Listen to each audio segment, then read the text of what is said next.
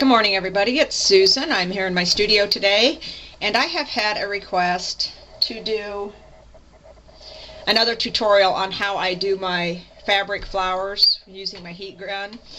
And I was specifically asked to show it with lighter colored fabric, so that's what I'm going to do for my challenge today. And of course, today is January 9th, so this is day 9 of the challenge. And you can see here I have got some costume fabric in front of me, and this is just costume satin. And you guys, I buy the less expensive grade costume satin because I want it to be thin. I found that the thinner fabrics melt faster and easier with the heat gun than the better quality, thicker ones. So that's what I've got in front of me. You can use your Tim Holtz tonic scissors to do this. I actually prefer my Fiskars fabric scissors, so that's what I'm going to be using. And the first thing I'm going to do is just cut a strip. And my fabric is folded in half. Okay, I'm going to get this out of the way. And then I'm just going to take my fabric, still folded in half, and I'm going to cut it into rough squares. They don't have to be perfect squares, just rough squares. Who don't have a flower or a scalloped circle die can do it too, because I made these for a long time with no dies. Okay, I'm just going to take a couple of these at once, and I'm going to cut a circle. And to cut a circle from a square, as most of you guys know, some of the newer people may not, all you have to basically do is cut the corners off of a square and you get a circle. Now these circles don't have to be perfect. And I'm actually going to show you 2 ways to cut a circle. This is the first way I'm going to show you. You just take your scissors, run it around there, cut your corners off, and you will end up with something that resembles a circle. If you need to trim it a little bit, you can go ahead and trim it. These do not have to be perfect by anybody's standard, okay? They just don't. The other way to do this is to take your fabric and fold it in half, like so. Hold it like this. Take your scissors and just literally cut around the corners. Cut all your corners off. And you will also get something of a rough circle. Okay? So I'm going to finish cutting these into circles, and I'll be right back. Okay guys, now you can see here I've got 6 circles, and now I'm going to take each of these, and I'm going to take these one at a time, and I'm going to turn this into petals. And all that you have to do this is fold your circle in half, fold it in half again, and then fold it in thirds, so that you end up with this wedge. Looks like a pie wedge, or a wedge of pie. And then just take your scissors, and I'm just going to round this off. And again, these do not have to be perfect, but as you can see, that gives you a little scalloped edge. So I'll do it again. You fold it in half, fold it in half again, and then fold it into thirds like this, and simply round off the end. There you go, just like that. I'm going to finish cutting these and I'll be right back again. Okay you guys, now I've got all the little scalloped edges cut. So now what I'm going to do is I'm going to go in and I'm going to make about a 1/2 inch cut on each of these, just like this. Okay, and this is going to form our flower petals for us.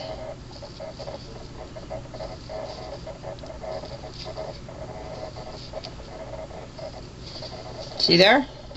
Got little petals. Okay, I'm going to go through and I'm going to do all of these.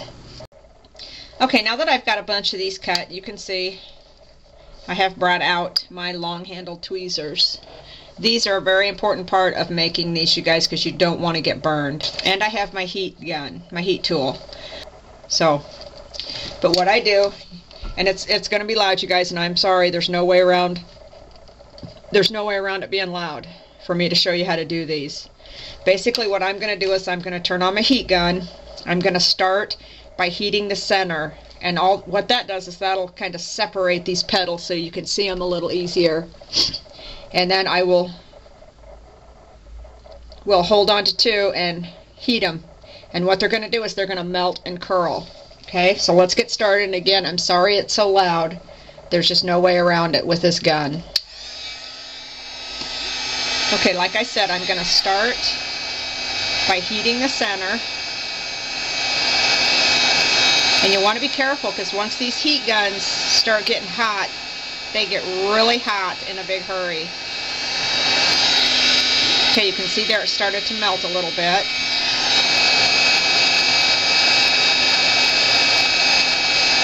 And you can see there, see how the petals have separated? Sorry about that.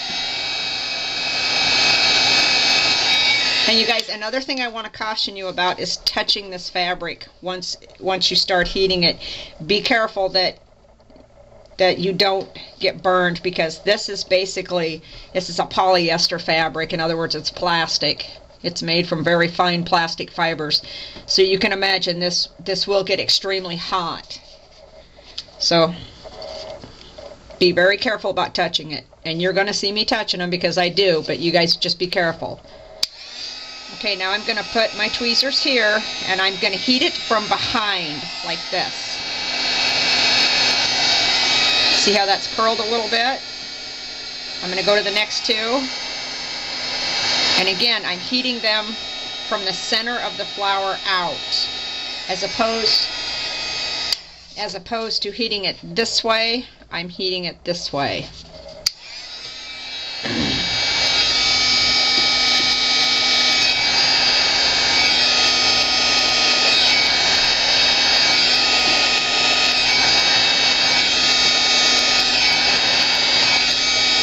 Okay, and now I'm going to heat this center again.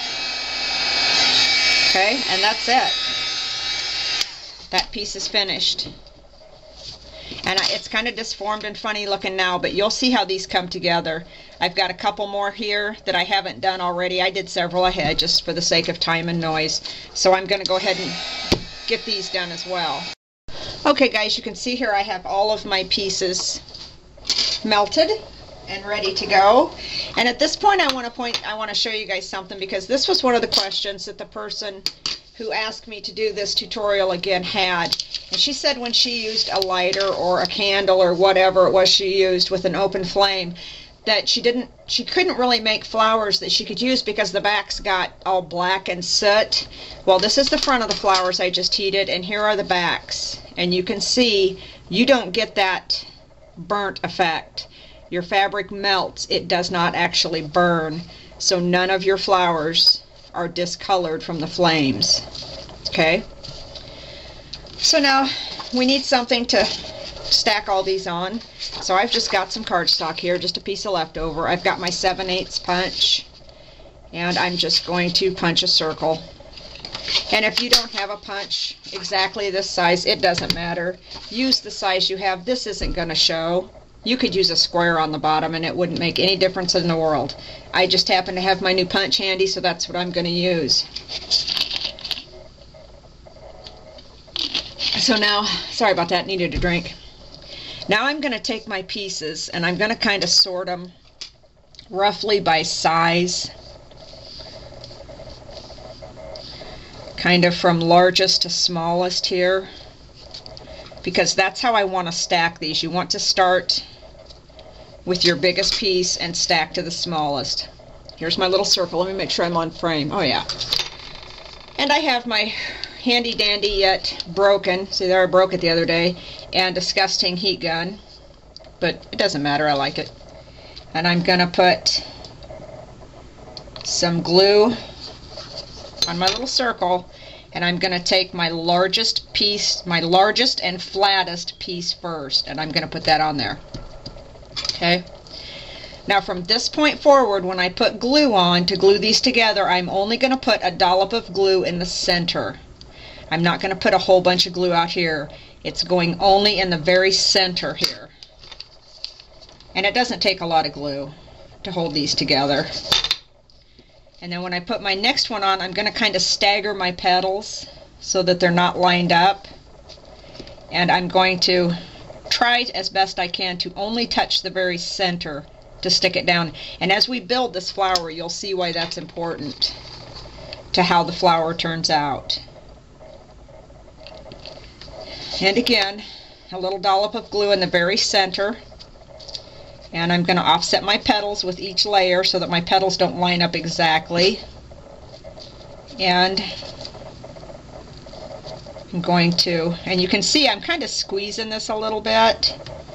And that will give your petal, or your flower a little more dimension. Because you can see already with just 3 layers, because the glue is only in the center, the layers that are curled and wrinkled underneath are pushing this flower up. See? So it already has dimension. I'm going to keep going here. And each layer I'm going to do the same.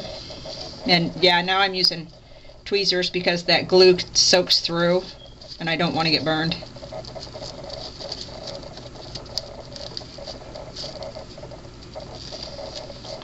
Okay.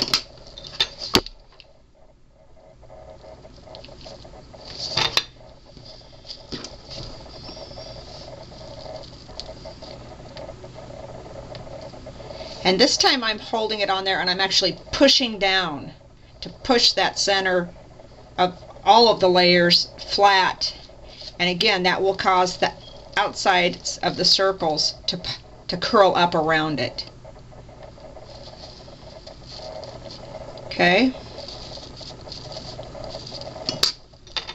And when you start getting these layers, it gets a little bit tricky to get glue in the middle, but you can do it, you guys.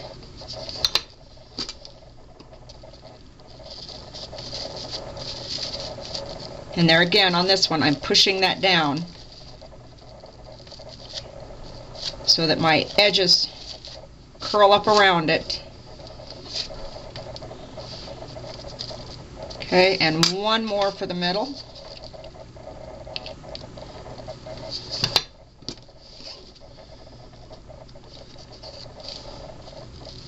I'm going to actually I think I'm going to melt this one just a little more before I put it on there. I want it just a little smaller.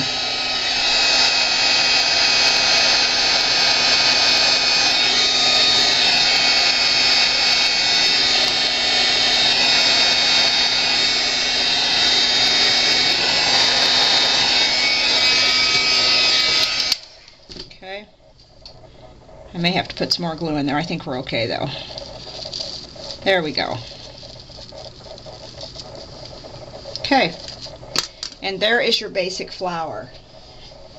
I'm going to go ahead and unplug my glue gun. Let me zoom in on this little flower so you can get a better look.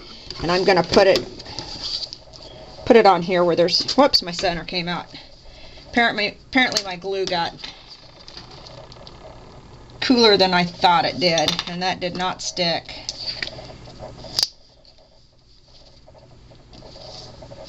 So let's put this one back in there. There we go. Push that down in there.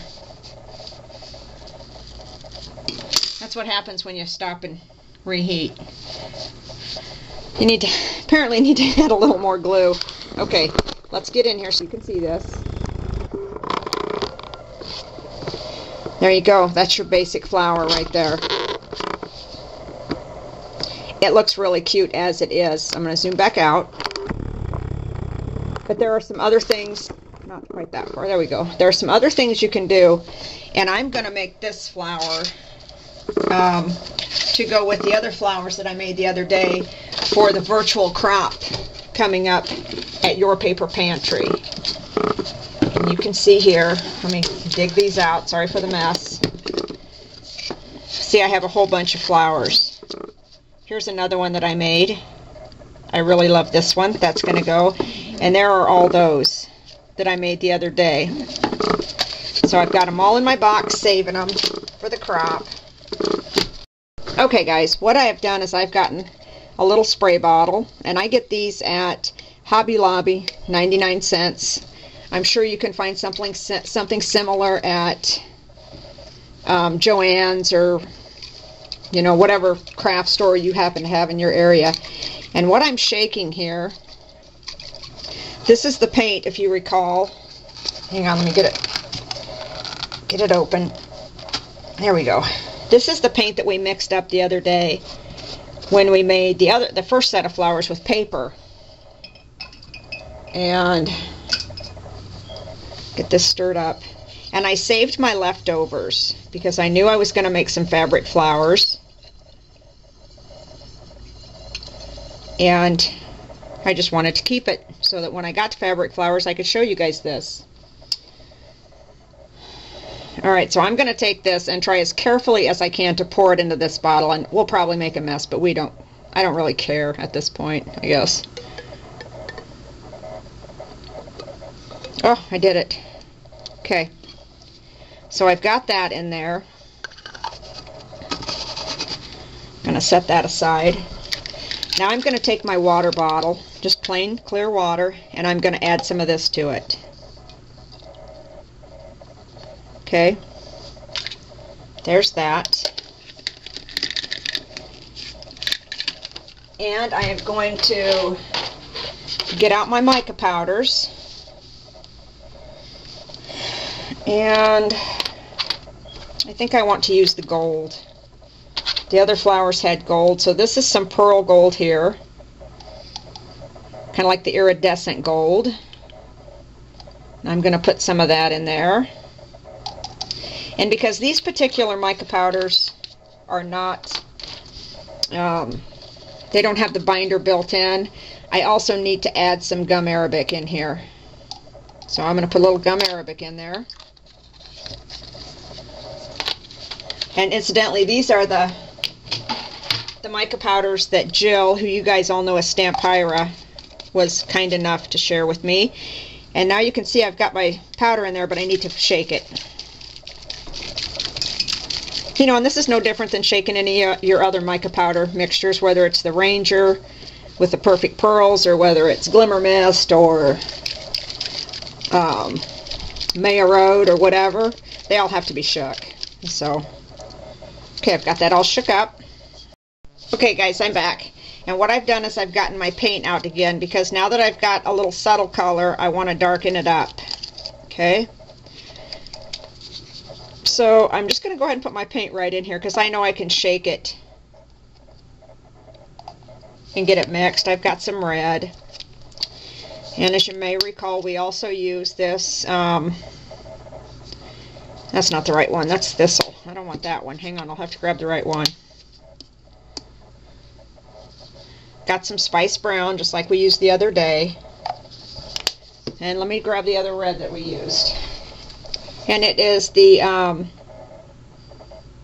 Mendocino red is the red that we used, and I want to use the same mixture that we did on the original flowers we made. I'm just going to put my sprayer back in there, and I'm going to shake this really, really well.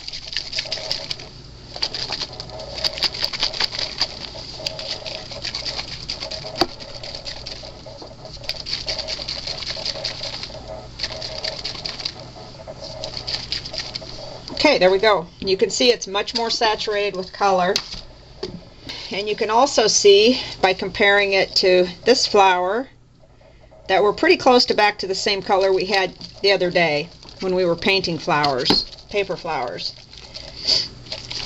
So now my flower's wet, so I'm not going to have any like sharp, distinct lines, because it will blend together just like our paper flowers did the other day. It's the same principle, only this time we're using fabric and spraying as opposed to painting with a paintbrush.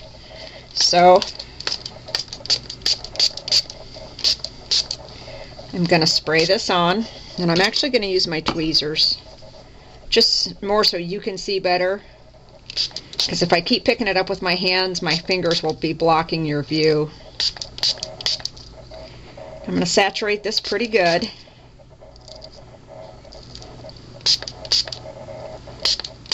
even the bottom.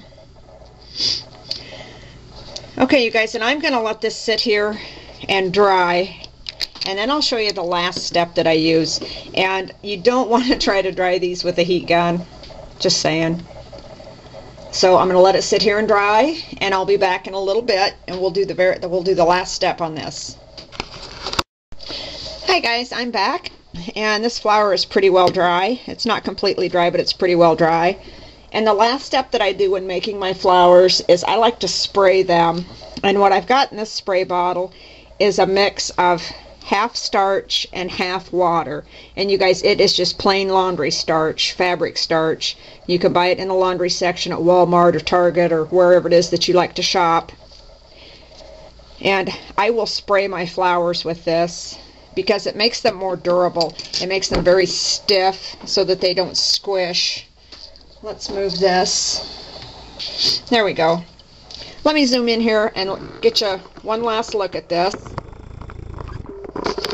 Now that we have the color on it. There you go. And let me get out one of our other flowers. And you can see that that flower is going to go, whoops. There you go. Now I think you can see them both. The flowers are going to go very well together on the project that I'm going to be doing for the upcoming virtual crop at Your Paper Pantry. So there you go, guys. That's how I make my fabric flowers. I use a heat gun. I don't use an open flame. So I hope you enjoyed the tutorial. That is day 9 down. Accomplished. I'm going to go edit this video, get it uploaded, and I'm done for the day. Thanks for stopping by, everybody. I appreciate everybody's comments and all the views, and if there's something you would like to see me do or try, please just drop me a note, a comment, or a personal message, and I'll see about getting that done this month too. Okay, thanks everybody. Bye.